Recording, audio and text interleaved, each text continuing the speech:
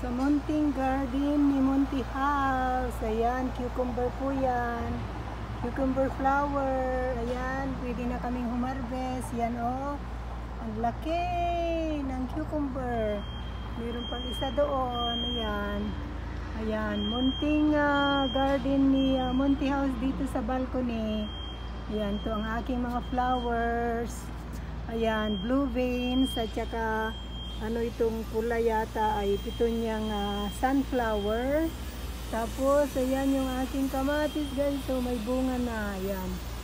Ayun, may bunga na yung aking kamatis. Yan. Ang laki ng bunga. Tatlo yan eh. Yung bunga niyang yan eh. Yan. Ayan. Kaya kayo guys, tanim-tanim lang kayo. Pitonya ko pa yun oh. Tanim lang kayo kahit sa paso lang. Siya pa nating bibilhin oh. Ayan oh, sa paso lang. Tapos meron akong inanong ano yan oh. Tingnan nyo oh. Kamote. Ayan, talbos ng kamote. Siniksik ko din dyan sa paso ng ano. Ng tawag dito, ng kamatis. Ayan oh. Kaya kayo guys, tanim-tanim lang kayo dyan. Para hindi na tayo bibili. Organic pa. Ayan, meron din ako nitong ano, sampagita, kaya lang ayaw mamulaklak, kaya nilabas ko. Ayan. Yan, ha-harvest na kami ni Papa Munti. Oh. Yan, harvest na kami mamaya. Oh, hindi na kami bibili ng cucumber at saka kamatis. Ang dami pang ano dito oh. Ang dami pa niyang bulaklak oh. Oh, ang daming bulaklak. Marami itong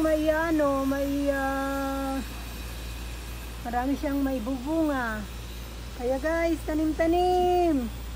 Pampahaba daw ng buhay ang pagtatanim. Sabi ng tatay ko, yung aking yumaong tatang.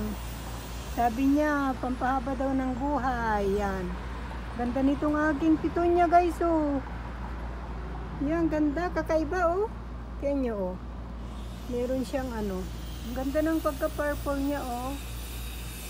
Ayan, thank you so much for watching sa Papa Munti. Don't forget to like, share, and subscribe. Love you guys. God bless.